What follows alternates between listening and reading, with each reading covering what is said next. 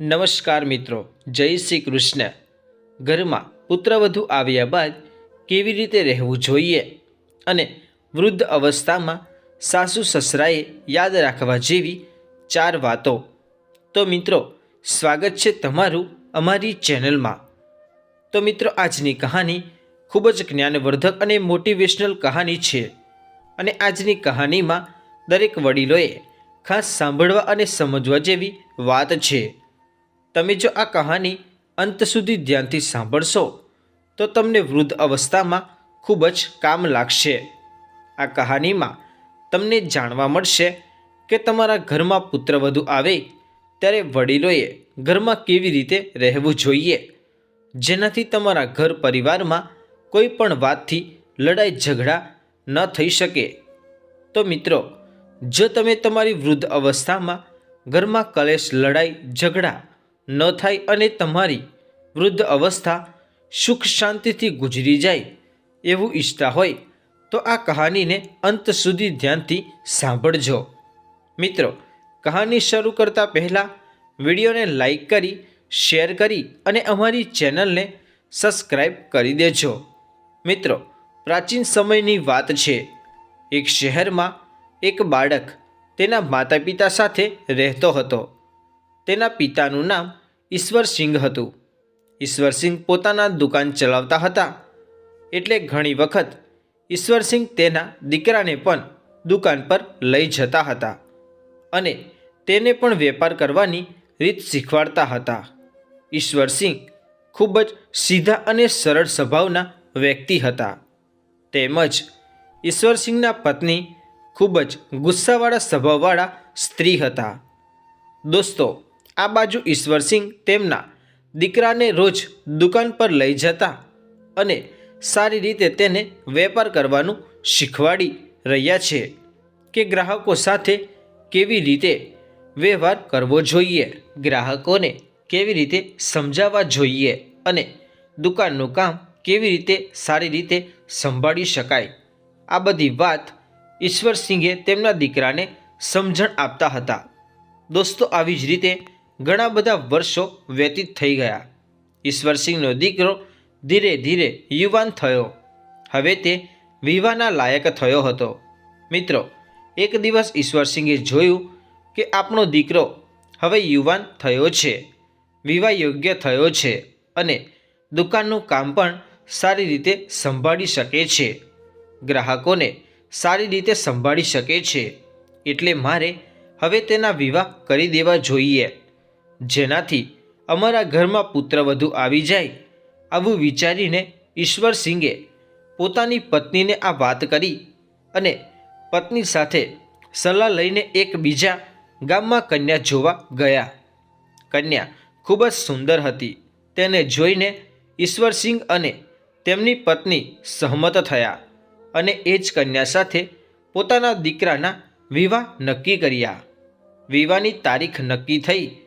મિત્રો, હવે ઈશ્વરસિંહ પોતાના પુત્રના વિવાહની તૈયારી કરવા લાગ્યા। ત્યારબાદ એક દિવસ રામસિંહે પોતાની પત્ની પાસે બેસાડીને સમજાવી કે જુઓ, થોડા દિવસ બાદ આપણા ઘરમાં પુત્રવધુ આવવાની છે અને જ્યારે વહુ આવી જાય ત્યારે કેવી રીતે રહેવું જોઈએ એ વાત હું તને અત્યારે જ જણાવું છું। આજ સુધી તું મારા ઉપર જે ગુસ્સો રાખતી હતી, ઘણી વખત ઘરમાં ચિલ્લાતી હતી, આ સ્વભાવ તારે ત્યાગવો પડશે, કેમ કે હું તારી દરેક વાત સહન કરતો રહ્યો, કેમ કે હું તારો પતિ છું અને જે તારી વહુ આવશે એ બીજાની પુત્રી હશે, એ તારી દરેક વાત સહન નહીં કરી શકે। એટલા માટે મારી વાત સમજવાની કોશિશ કરજે કે જ્યારે વહુ ઘરમાં આવી જાય ત્યારે સાસુનું કર્તવ્ય હોય છે કે પોતાની પુત્રવધૂને સારી રીતે સમજાવવી અને રક્ષા કરવી અને એનું ધ્યાન રાખવું કે આપણી વહુ ઉપર કોઈ સંકટ તો નથી અને દરેક પરેશાનીઓમાં એનો સાથ આપવો અને કદાચ એનાથી કોઈ ભૂલ થઈ જાય તો એને માફ કરવું। આ જ સાસુનું કર્તવ્ય હોય છે, એ જ હું તને સમજાવી રહ્યો છું અને કદાચ તું નવી વહુ સાથે આવી જ રીતે ગુસ્સાવાળો સ્વભાવ રાખીશ અને તેને વાત વાતમાં ટોક્યા રાખીશ તો જોજો સમય સુધી સાસુ અને વહુમાં સંપ નહીં રહે. એટલા માટે તું મારી વાત ધ્યાનથી સમજી લેજે. મિત્રો, ઈશ્વરસિંહની વાત સાંભળીને તેમની પત્ની કહેવા લાગી, સારું સારું, તમે તમારો ઉપદેશ તમારી પાસે જ રાખો, હું બધું જાણું જ છું. કહેવાનો મતલબ છે કે પોતાના પતિએ સમજાવેલી વાતોને આ સ્ત્રીએ એક કાનેથી સાંભળીને બીજા કાને બહાર કાઢી નાખી અને આ વાતો ઉપર કોઈ પણ પ્રકારે ધ્યાન ન આપ્યું. મિત્રો, ત્યારબાદ ઈશ્વરસિંહ પોતાની દુકાને જતા રહ્યા અને દુકાન સંભાળવા લાગ્યા. ત્યારબાદ એક દિવસ એવું થયું કે વિવાહની તારીખ આવી. ઈશ્વરસિંહે પોતાના પુત્રના વિવાહ પેલી કન્યા સાથે કરાવી દીધા અને પુત્રવધૂને લઈને ઘરે આવ્યા. મિત્રો, જ્યારે પુત્રવધૂ ઘરમાં આવી ત્યારબાદ ઈશ્વરસિંહે સાંજના સમયે પોતાની પત્ની, પુત્રવધૂ અને દીકરાને પોતાની પાસે બોલાવ્યા અને પુત્રવધૂને સમજાવી કે દીકરી, આજથી આ ઘરની બધી જવાબદારી હું તને સોંપું છું, કેમ કે તું આ ઘરની ગૃહિણી છો અને ગૃહિણી લક્ષ્મીનું સ્વરૂપ કહેવાય છે. હવે આ ઘરને સંભાળવું કે બરબાદ કરવું એ તારા હાથમાં છે, કેમ કે તું અમારી પુત્રવધૂ છો અને પુત્રવધૂને દીકરી માનવામાં આવે છે. મિત્રો, ઈશ્વરસિંહે ઘરની બધી જવાબદારી પોતાની પત્ની અને દીકરાની સામે જ પુત્રવધૂને સોંપી દીધી. ત્યારબાદ ઈશ્વરસિંહે પુત્રવધૂને કહ્યું કે દીકરી, આજ સાંજનું જમવાનું તું જ બનાવજે. આટલું કહીને ઈશ્વરસિંહ તેમના પુત્ર સાથે દુકાને જતા રહ્યા. સાંજે જ્યારે ઈશ્વરસિંહ ઘરે આવ્યા ત્યારે પુત્રવધૂ જમવાનું બનાવી રહી હતી. ત્યારે જ પુત્રવધૂથી એક ભૂલ થઈ ગઈ. ભૂલ શું હતી કે ભૂલથી શાકમાં મરચું વધી ગયું હતું. જ્યારે ઈશ્વરસિંહ અને તેનો પુત્ર જમવા બેઠા, પુત્રવધૂએ જમવાનું પીરસ્યું. પુત્રએ વિચાર્યું કે મારા પિતાજી સૌથી પહેલાં જમવાનું શરૂ કરે, ત્યારબાદ હું ભોજન કરીશ. ત્યારે જેવું જ ઈશ્વરસિંહે જમવાનું શરૂ કર્યું, જ્યાં પહેલું બટકું મોઢામાં મૂક્યું ત્યારે જ ઈશ્વરસિંહને શાક વધારે તીખું લાગ્યું. પરંતુ ઈશ્વરસિંહે આ વાત કોઈને જણાવી નહીં અને આદરપૂર્વક ભોજન કરી લીધું. ત્યારબાદ ઈશ્વરસિંહના પુત્ર એ જમવાનું ચાલુ કર્યું અને જ્યારે તેને પહેલું બટકું મોંમાં મૂક્યું ત્યારે તેને પણ ખૂબ જ તીખું લાગ્યું. ત્યારે તેને ખૂબ જ ગુસ્સો આવ્યો અને તેમણે ગુસ્સામાં કહ્યું કે જુઓ છો પિતાજી, આજે આણે શાકમાં કેટલું બધું મરચું નાખ્યું છે, આટલું તીખું કેવી રીતે ખાઈ શકીએ. મિત્રો, પોતાના પુત્રની આવી વાત સાંભળીને ઈશ્વરસિંહ સમજાવવા લાગ્યા કે દીકરા, એવું બની શકે કે ભૂલથી મરચું વધી ગયું હોય. ક્યારેક કોઈથી ભૂલ થઈ જાય તો એવી વાતથી ખોટું ન લગાડવું જોઈએ. એટલે તું શાંતિથી ભોજન કરી લે. પિતાની વાત સાંભળીને ઈશ્વરસિંહનો પુત્ર ભોજન કરવા લાગ્યો. ત્યારબાદ સાસુનો વારો આવ્યો. સાસુ જમવા બેઠી. તેમણે પણ જોયું કે શાક ખૂબ જ તીખું છે, તો પણ પતિએ અને દીકરાએ આ પુત્રવધૂને કંઈ ન કહ્યું, તો મારે પણ એને કંઈ ન કહેવું જોઈએ. તે પણ ખૂબ જ ગુસ્સામાં હતી, પરંતુ પુત્રવધૂને કંઈ કહ્યું નહીં અને તેમણે પણ ચૂપચાપ ભોજન ગ્રહણ કર્યું. મિત્રો, ભોજન ગ્રહણ કર્યા બાદ ઈશ્વરસિંહે તેમના પુત્રને લઈને બહાર લટાર મારવા નીકળી ગયા. ઘરની બહાર નીકળ્યા એટલે ઈશ્વરસિંહનો દીકરો કહેવા લાગ્યો કે પિતાજી, આ તમે શું કર્યું? મારી પત્નીને તમે કાંઈ ન કહ્યું અને મને પણ કંઈ કહેવા ન દીધું. આજે તો તમે મને રોક્યો ના હોત તો હું તેને સીધી કરી દેત. તેમને શાકમાં આટલું બધું મરચું નાખ્યું હતું કે કોઈ પણ માણસ એ ખાઈ જ ના શકે. તમે એને કંઈ કહ્યું કેમ નહીં?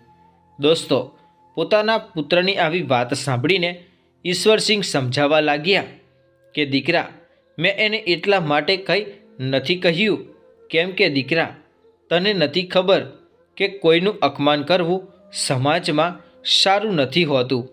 કદાચ કોઈનું સમાજમાં અપમાન કરશો તો એ માણસ પોતાનું અપમાન થવાના લીધે તમારાથી નફરત કરવા લાગશે અને તમારાથી દૂર થવા લાગશે. એટલા માટે મેં તારી પત્નીને કાંઈ નથી કહ્યું. દીકરો કહેવા લાગ્યો કે પિતાજી, હું કાંઈ સમજ્યો નહીં. ત્યારે ઈશ્વરસિંહ સમજાવવા લાગ્યા કે દીકરા, આજે હું તેને એવી 4 વાતો જણાવું છું. આ 4 વાતોનું જે મનુષ્ય ધ્યાન રાખે છે એના ઘરમાં ક્યારેય લડાઈ ઝઘડા નહીં થાય અને તેની વૃદ્ધ અવસ્થા ખૂબ જ શાંતિથી નીકળી જશે. મિત્રો, ઈશ્વરસિંહે આ 4 વાતો પોતાના પુત્રને સમજાવી છે. ઈશ્વરસિંહ કહેવા લાગ્યા કે દીકરા, સૌથી પ્રથમ મારી વાત એ છે કે પુરુષનું કર્તવ્ય શું હોય છે? પુરુષનું કર્તવ્ય એ હોય છે કે પત્નીને કોઈની સામે અપમાનિત ન કરવી જોઈએ. દીકરા, કદાચ તારી પત્નીથી કોઈ ભૂલ થઈ જાય, અને ભૂલ તો દરેક માણસથી થતી જ હોય છે. કોઈ પણ માણસ જાણી જોઈને ભૂલ નથી કરતો. એટલે જેવી રીતે તારી પત્નીથી આ ભૂલ થઈ, ખબર વગર થઈ ગઈ હતી, એ વાત જ હું તને સમજાવું છું. કદાચ તારી પત્નીથી ભૂલ થઈ જાય છે તો સમાજની સામે એને અપમાનિત ન કરવી જોઈએ. અને જે લોકો સમાજ સામે અથવા તો તેમના સગા સંબંધીઓ સામે પત્નીને ખરી ખોટી સંભળાવે છે, તેને અપમાનિત કરે છે, અપશબ્દો કહે છે, મારવા માટે દોડે છે, ત્યારે એ પત્ની એવા સમયે તો કંઈ જ નથી કહેતી, બધું જ સહન કરે છે. પરંતુ ત્યારબાદ તે ખૂબ જ રડે છે, કેમ કે એ અપમાનથી તેને ખૂબ જ દુઃખ થયું હોય છે અને તે તમને કહી પણ શકતી નથી, કેમ કે તે તમારી સાથે વિવાહ કરીને તમારા ઘરમાં આવી હોય છે, તમારા પરિવાર સાથે જોડાયેલી હોય છે. અને ઘણી સ્ત્રીઓ એવી પણ હોય છે જે આવું કંઈ પણ સહન નથી કરતી અને તે તરત જ સામો જવાબ આપી દે છે. અને જે જ્યારે જવાબ આપે છે ત્યારે તેના પતિનું સમાજમાં ખૂબ જ મોટું અપમાન થાય છે. પતિની કિંમત ઘટે છે. એટલા માટે દીકરા, ક્યારેય પણ પોતાની પત્નીને સમાજ સામે પ્રતાડિત ન કરવી જોઈએ. અને મારી બીજી વાત એ છે કે પત્નીની કોઈ પણ ભૂલ હોય તો એને એકાંતમાં સમજાવવી જોઈએ. દીકરા, આ વાતનું ધ્યાન રાખજે કે કદાચ પત્નીથી કોઈ ભૂલ થઈ જાય તો એને આખા ઘરની સામે નહીં, પરંતુ એને એકાંતમાં સમજાવવી જોઈએ. અને જ્યારે તું એને એકાંતમાં સમજાવીશ તો એ તારી વાત જરૂર માનશે અને તેનાથી થયેલી ભૂલ પણ માનશે અને તને પ્રેમ પણ કરશે. અને કદાચ એની કોઈ ભૂલ થવાથી આખા પરિવારની સામે એને ખીજવવા અથવા તો અપમાનિત કરવાની કોશિશ કરીશ તો એ તને પ્રેમ નહીં પરંતુ નફરત કરવા લાગશે અને તારાથી દૂર ભાગવા લાગશે, જેનું પરિણામ ખૂબ જ દુઃખદાયક હશે. અને મારી ત્રીજી વાત એ છે કે પત્નીના દુઃખમાં અને પરેશાનીઓમાં એનો સાથ દેવો જોઈએ. દીકરા, તને નથી ખબર કે બીજાના ઘરની દીકરી, બીજાના મા બાપની દીકરી એ એના મા બાપ જે છે એ પોતાની વાલી દીકરીને પોતાના દિલના ટુકડાની જેમ તેમને જિંદગીભર માટે સોંપી દે છે. કેમ કે પત્ની માટે પતિ જ જીવનસાથી કહેવાય છે અને પતિનું કર્તવ્ય હોય છે કે પત્નીના દુઃખ, દર્દ અને પરેશાનીઓમાં સાથ આપે, જિંદગીભર સાથ આપે. આ જ પતિનું કર્તવ્ય હોય છે. પરંતુ એવું નથી હોતું કે પત્ની ઉપર કોઈ મુસીબત આવી, દુઃખ આવ્યું અથવા કોઈ બીમારી આવી, કોઈ સંકટ આવ્યું તો પત્નીને છોડી દઈએ અથવા તેમના પિયરમાં મોકલી દઈએ. જે સમયે એનો સાથ આપવો જોઈએ એવા સમયે એનો સાથ આપવાના બદલે એને એકલી છોડી દઈએ અથવા એનું અપમાન કરીએ. આ જે લોકો પોતાની પત્ની સાથે કરે છે એ લોકો જીવનભર દુઃખી રહે છે અને તેની પત્ની પણ તેને હંમેશા માટે છોડીને જતી રહે છે. ત્યારબાદ આવા પતિઓને જીવનભર દુઃખ અને દર્દથી પીડાતું રહેવું પડે છે. એટલા માટે દીકરા આ વાતનું ધ્યાન રાખજે કે પત્નીના દુઃખ અને પરેશાનીઓમાં હંમેશા તેનો સાથ આપજે. આવું જ પતિનું કર્તવ્ય હોય છે. અને ચોથી વાત, મહત્વપૂર્ણ વાત છે કે પત્ની અને બાળકોનું સારી રીતે પાલન પોષણ કરવું. દીકરા, આ વાતને જરા ધ્યાનથી સમજવાની કોશિશ કરજે કે ઈમાનદારીથી કમાયેલા ધનથી તારી પત્ની અને બાળકોનું ભરણ પોષણ કરજે. ભૂલથી પણ બેઈમાનીથી કમાયેલા ધનથી ખરીદેલું અનાજ તારી પત્ની અથવા બાળકોને ખવડાવવાની ક્યારેય કોશિશ પણ કરતો નહીં. કદાચ સારી રીતે મહેનત કરીને ધન કમાઈને લાવી એનાથી જ તારી પત્ની અને બાળકોનું ભરણ પોષણ કરીશ તો તારા બાળકોની વૃદ્ધિનો વિકાસ થશે અને સંસ્કારી બનશે અને તારી પત્ની પણ સારી રીતે તને પ્રેમ કરશે. અને કદાચ બેઈમાનીથી કમાયેલું ધન ઘરમાં લાવવાની કોશિશ કરીશ અને એ ધન તારા બાળકો વાપરશે અને એ ધનથી ખરીદેલી વસ્તુ તારા બાળકો અથવા તો તારી પત્ની ખાશે તો તારી પત્ની અને બાળકોની બુદ્ધિ નિશ્ચિત રૂપથી ખરાબ થવાની છે અને એનું પરિણામ એવું આવશે કે તારા ઘર પરિવારમાં હંમેશા લડાઈ ઝઘડા થતા રહેશે અને તારા ઉપર હંમેશા મુસીબતો આવ્યા રાખશે.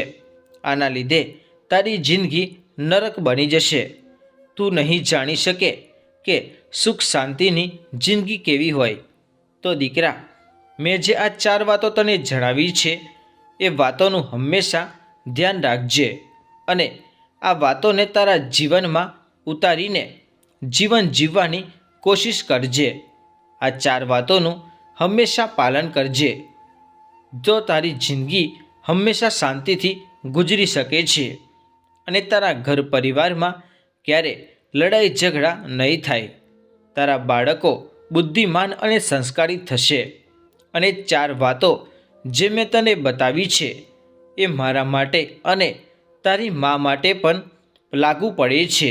કેમ કે સાસુ સસરા અને પતિનું આવું જ કર્તવ્ય હોય છે.